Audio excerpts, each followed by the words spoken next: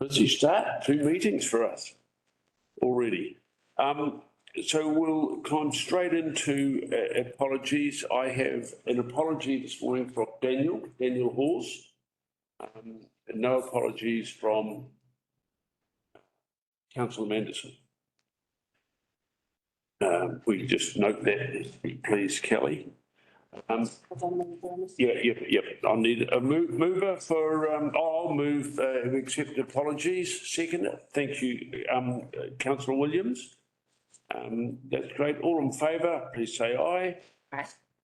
Fine. We need a mover to confirm the agenda as presented. Mover for that. Thank you, Mary-Ann. Seconder, I'll second. All in favour, please say aye. Aye. You or confirmed. Now, conflict of interest declarations. I should have said that the Community Park Governance Committee confirms the agenda for the meeting of 20th of February 2024. We voted. A conflict of interest, so I have to read this. Elected members are reminded of the need to be vigilant to stand aside from decision making when a conflict arises between their role as councillors and any private or other external interests they might have. Also consider best practice for those members of the executive team attending to the meeting to also signal conflicts that they may have with an item before council. Are there any conflicts to declare today? No. Thank you. So noted. Minutes. We need to move to confirm the minutes of the extraordinary committee meeting of the 30th of January. I'll move. We accept those. Thank you, Councillor Williams. All those in favour, please say aye. Aye. Thank you. Right. So we now move to items on the agenda, the latest agenda, and we will have the update. Thank you, Jenny. To the Community Governance Operations and Project Team update. Good, everyone. Got it, Craig. Thank you. I just wanted to also note that this is a joint presentation, Yep. Operational, and I'll also be doing the risks as well today. So I'm standing with Lara, who is off work for medical reasons. Okay. I don't know if you want to note that apology as well. Yeah, actually, I'll do Kelly about that. That's very fair. Yes, we should note that. So yeah, the operations and project team update from up till February 2024 just outlines what has been happening in the park since we last met, what's been completed, and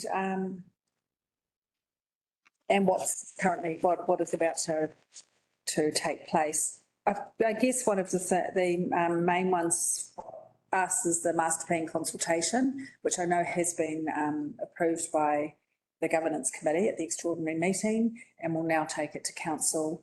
I've outlined, Mark Shrew has asked me to outline the proposed consultation plan that we will take place in the time frame. So all going well on the council agreeing to that at the next meeting, then that will take place. Yeah. Same with the storm remediation that's underway, and it's tracking along really nicely. It's out for tender at the moment, so it's a closed tender process, and we're hoping finalised and ready to go in March. Cool. That will be done, and we'll be working closely at that time. Although MAS are being kept up to date, the most important thing is within the licensees is that MAS know when we're there and when we'll be needing the playground and things like that to be closed. So they're totally on board with everything. And there are no events scheduled around that time or anything like that. So that's all been covered. A period, yeah. And we won't do it in the school holidays. It's just probably a week of the playground being closed. We will do the directional drilling, and then after that, everything else can take place, just subject to health and safety. Yeah. That's great to have that done. So yeah, I'm open for any questions that you may have from the report, from the operational report. Councillor Williams. Thank you. Hi, Jenny. I just had a question on the Deering Trust public tours being conducted. Is that a health and safety issue, and that's why they've been asked not to do the tours? I just wondered what. Yeah, so when the Deering took occupancy there as a temporary licence under the museum so they've got a sub licence with the museum at the moment. So they agreed at the time that it would only be for storage. There would be no tours conducted because that would require consents and health and safety, further health and safety steps and fire assessments and all that type of stuff. So that was all agreed upon and signed off, and then tours started. So that's where we were notified, and the compliance team took over and shut it down until they could reach compliance. I can give you an update to say that fire, our health and safety team, the building inspection has been completed and it's back with the museum. So it's the museum who give permission for them to undertake the tours, and will let us know when that happens. So. Okay, so it's not a matter of actual dangers in the shed that they. There were. There have been. Yes. There have been several Slips. areas that they've had to remediate. Yeah, so there's been no incidences, but had public tours continued and an incident happened, they didn't meet compliance.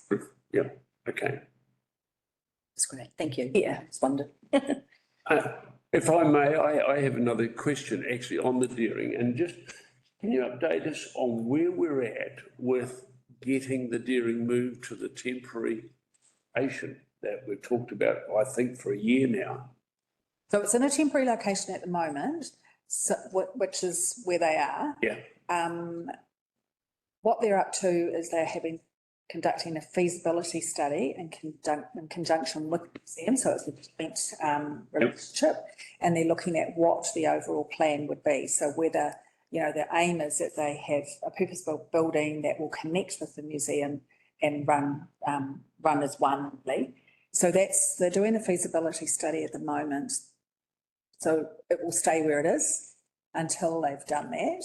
And then they will move it once they know whether, because the other thing is, if it's not feasible and they can't build where they would like to build, they're going to have to look at an alternative location. Oh, okay. Yeah. Because I had understood, going back a year, that there was approval given by the museum for them to move, and by the Friends, for them to move their temporary location up towards the. Yeah, that's what I understood. Yeah, schoolhouse, and they were going to get on and complete the repairs there. So is there a hold up? I mean, other than this discussion with the museum? Yeah, no, I think they're just tracking along as best they can. So there's no issues or anything like that. They're not going to move the Deering until they know that everything's underway and what. Yeah. Has that feasibility study, has it been completed? I understand it has been completed. We haven't seen anything yet. Yeah. Yeah, I mean, I thought it had. It could take quite some time. well, I understood that there was a timeline. Yeah, I thought it had been completed. Yeah, the timeline on them moving to temporary premises. They have a 3-year sublease with the museum at the moment. That can be extended another 3 years. So that's in the lease that it can be extended.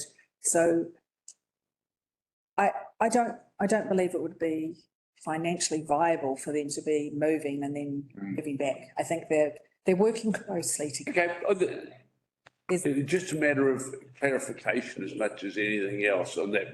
That was my understanding is that they had, I thought it was a year to move to the temporary premises and then look to the build. So what I'll bring back at the next meeting, because I do have to report back yearly on where they're at, which will be, it's the next meeting that I'd be doing that. So I'll be able to give you a thorough update on that then. Hopefully they'll know what they're doing by then. Is there anything that is slowing it up, or, that? No. It's just ticking. business as usual? Okay, yeah. Yeah. Okay, thank you, Jenny. Anybody, any other questions? Just trying to find it down here. I have one on budgets. Yes. I note that, you know, thankfully, we got our extra $80,000, right? That got us through, but already that's being overexpended. I think that, all basically used up. No, it will be used up. So at the moment we have, I want to say, so the planned operational expenses, so you can see where the one of, so there's 47,880. Yep, That's still to be used, yeah.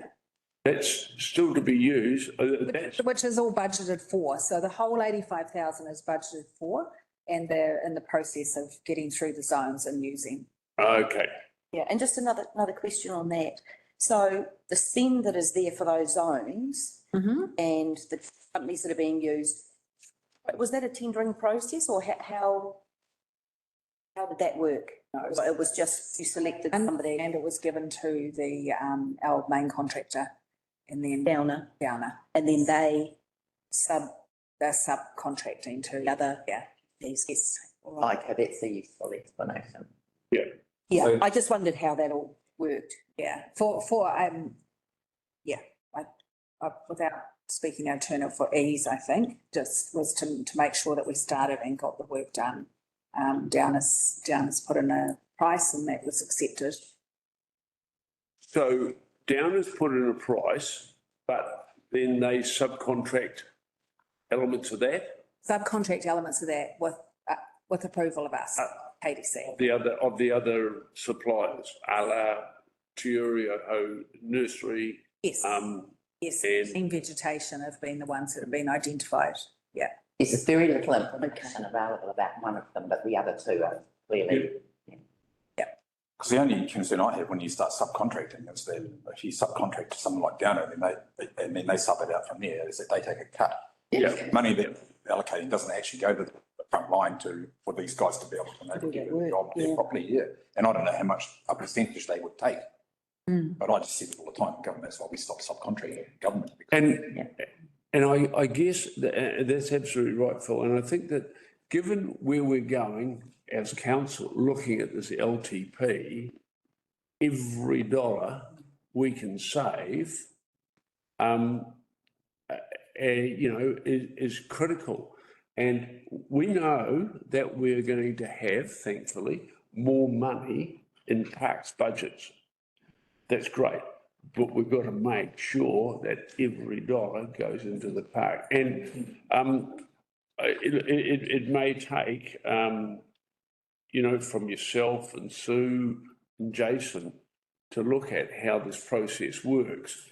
But I think that the message from this committee would be, we don't want Downers taking a cut to do nothing.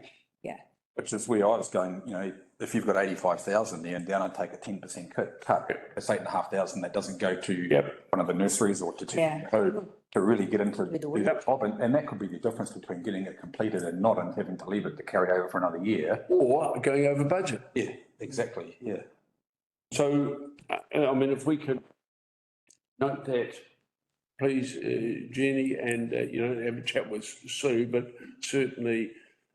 It'd just be interesting to know what the percentage is that they charge to administer that. It'll be really good to know. Yeah. Unfortunately, it's not the area that I oversee, but I noted it and I will go back and ask the question so that I'm able to. Good, and just, yourself or through Sue, Jason, come back and let us know. Because, we've fought hard to get money. Let's make sure that we show the lead in the way that it's utilised. And it might be viable to do that, but at least, have some accountability there and transparency and show, that we're overseeing it as well. Yep. So any further questions on the operational? Just a comment on that. We've been planning since halfway through last year for a youth conservation program. Yep.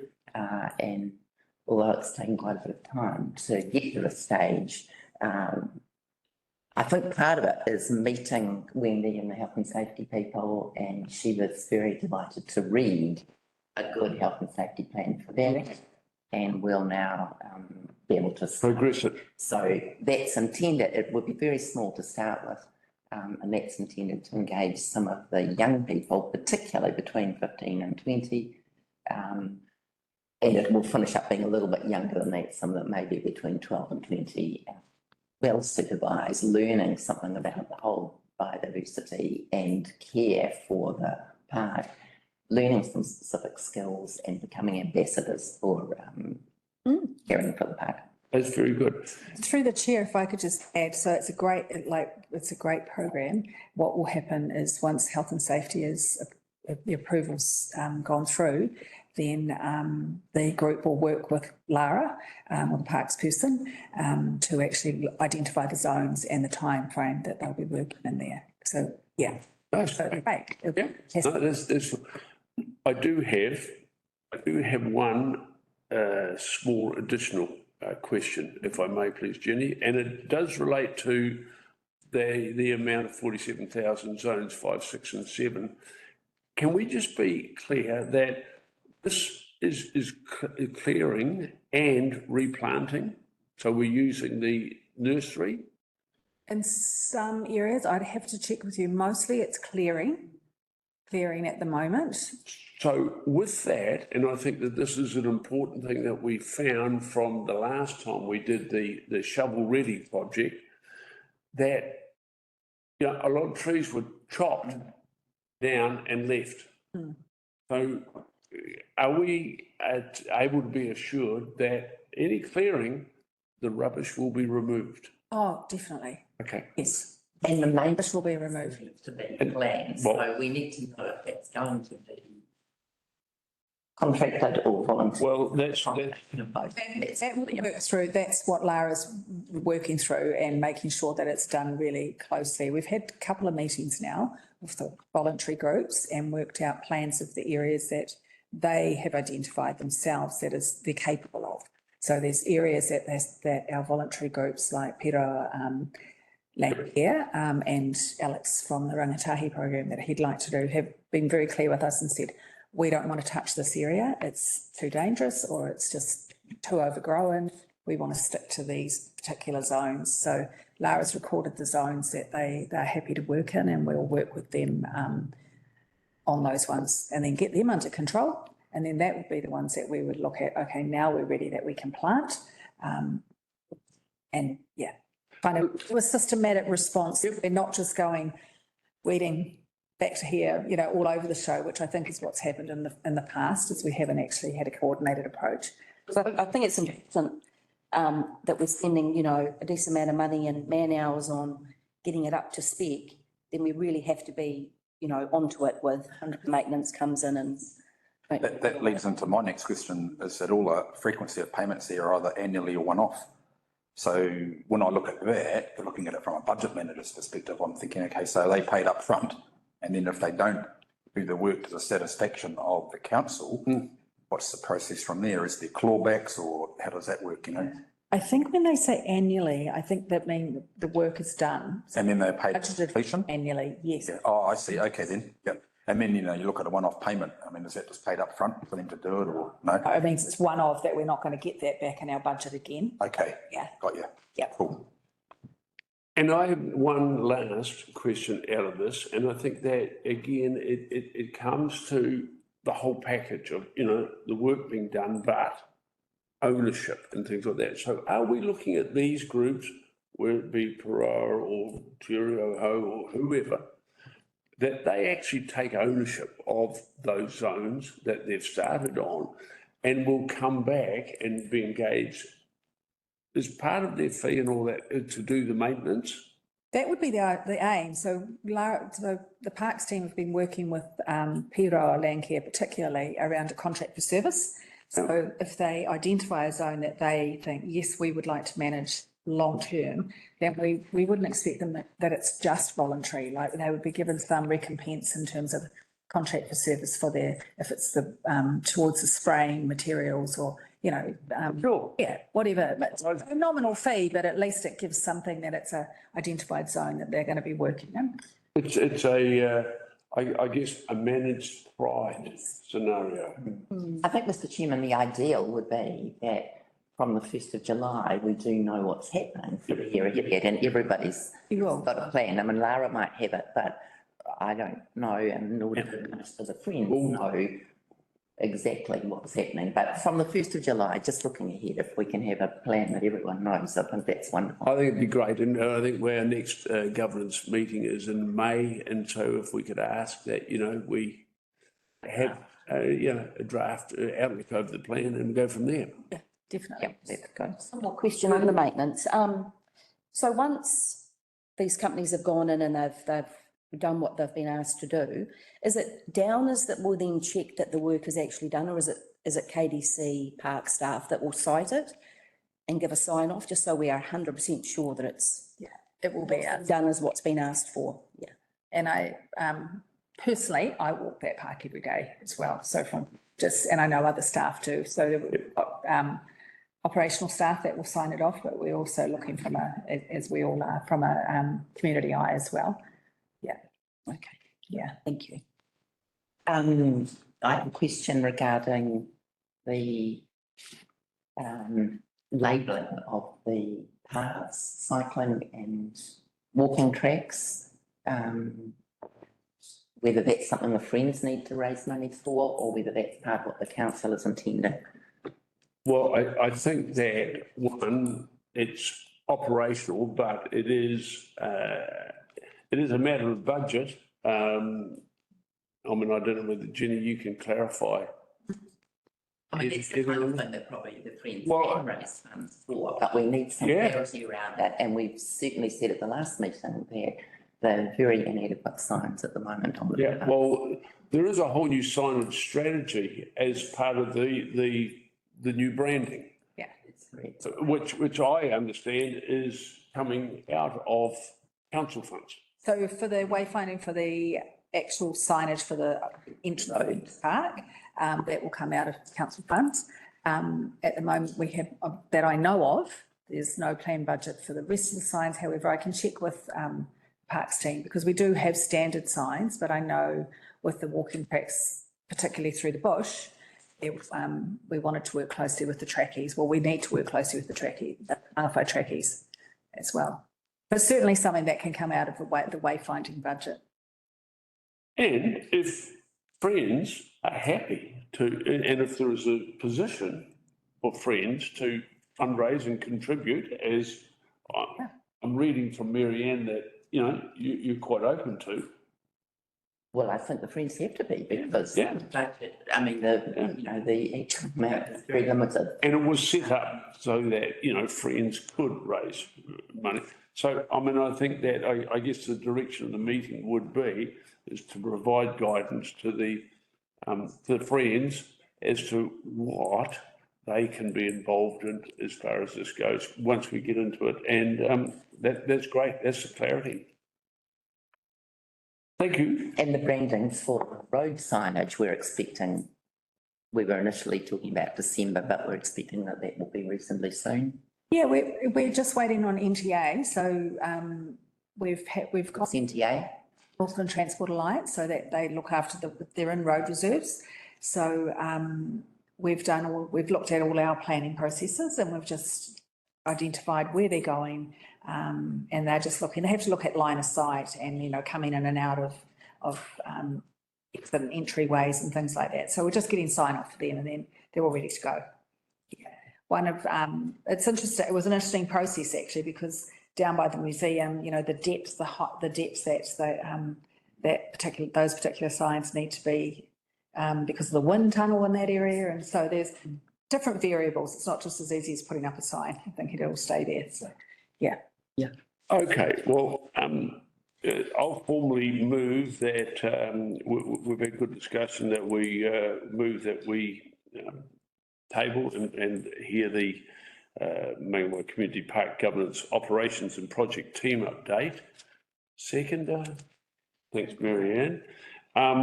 In terms of mover's statement, I think that That was a good update, and you know, there are a number of things that are ticking along, and we've got some clarity, particularly as we move into 2024-25 of how and where we're going to manage the money, and I think that that's the key thing, and that, you know, we do see progress in the park as there has been, so that's good.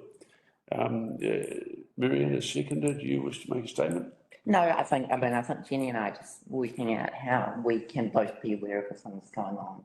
I would like to be informed when there are any compliance issues that are addressed by council and any contracts signed off that relate to the park, so that, and you're probably the same, you know, the more that we can work together, the better, and I think it'll be very positive going ahead.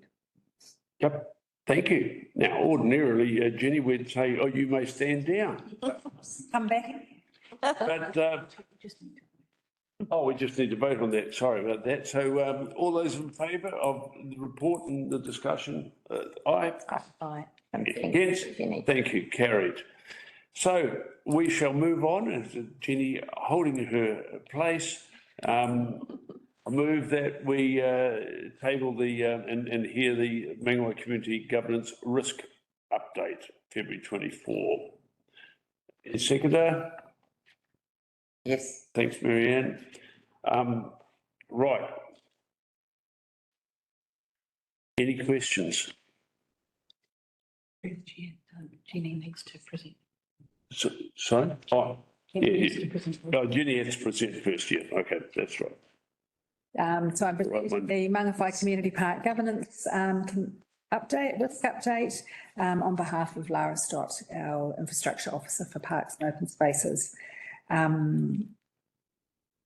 take it that you've read the report, and I'm happy to take any. I have been part of writing this report as well, so I'm aware of what's in here, and I'm happy to take any questions as well. Councillor Williams. I just had one on the flying fox area and the issues there. Is there a possibility, are you looking at moving it, or perhaps just having to get rid of it? The flying fox? Yes. No, there's nothing wrong with the flying fox. Yeah, but the erosion in the area that it's in, is that?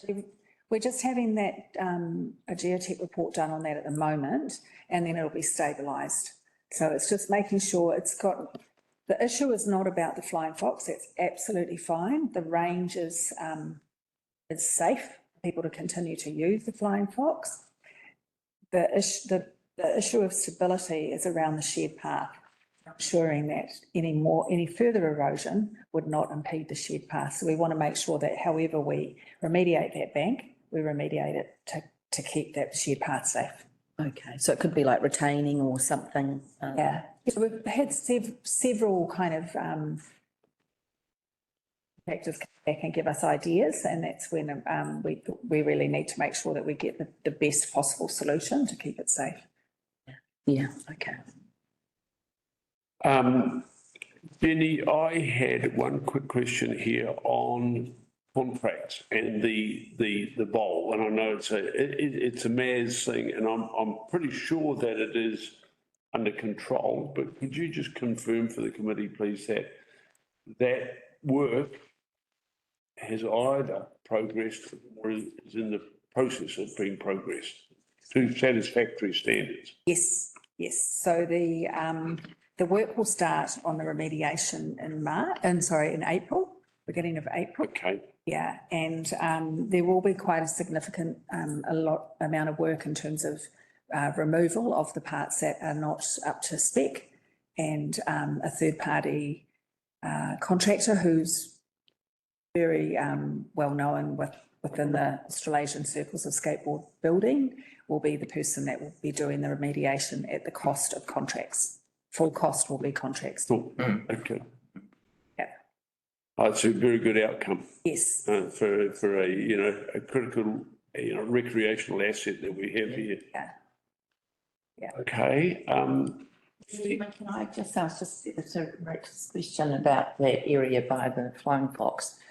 I was just clarifying, you were saying that it's been looked at by a number of people. Is that through Downers, or is it outside the scope of Downers' contract? outside the scope of Downer, I think. I know it's not Downers that have been looking at how to remediate it. Okay. And just when we move through the actual risk items, Appendix A, I have a concern, and I know that, you know, council have talked about work that could hopefully be done to seal the car park and things like that. But I'm just a bit concerned that there's nothing really there on any issues involving vehicles, people walking in those parked areas because they're quite tight, and you know, with the trees and everything. So are there any issues that you've had highlighted as regards public safety and walking? You mean in the Maz car park? Yeah. The Maz car park, this isn't in here, but I can tell you that in front of the cafe. So we had that gravel down and compacted. There is still, I think there's about 6.5, maybe 7,000 left in the budget. So the contractor who did that work is coming back, and they're hoping to come back. They needed to wait for a certain period for it to compact down, and they're going to tar seal the actual entrance from the road into the car park. So there'll be a significant area there. Off-old, it's terrible. Yeah. So I did contact them last week and say, hey, Excellent. if you remember that you've still got that money sitting there waiting. We haven't paid them. We won't pay them until they've actually done the work. Yeah, so that part's done. And yeah, the rest of we did put the boulders between both car parks so that people couldn't, because there's that little footpath that goes through to the toilet. So that was the purpose of those boulders being placed there, is that no cars could go through and children were safe there. But excellent. Yeah. Excellent. No, that was just an observation. So no, that's all fine. Any other questions from any members? So Jenny, you may. Thank you very much. thank you. Standing in. Right, so I don't have any further to add. Marianne? I just had one other issue just to raise, and that the council launched an arts, culture and heritage strategy towards the end of last year. That's very impressive, beautifully presented, but it made only one very, very minor reference to heritage precinct, or it was really an external Creative North Fund and Kaikoura District Council. So at the moment, I'm just trying to ensure that Creative North Fund, it gets the benefit, and then of Mangawhai Community Park and all of the arts, culture and heritage amenities that are within that. Particularly. But it was very disappointing to particularly the museum that it was excluded. And there are reasons behind it, because the people who were involved actually just were more aware of the Kaikoura Museum. But we'll just try and alter that so that for the next iteration there's a more balanced view.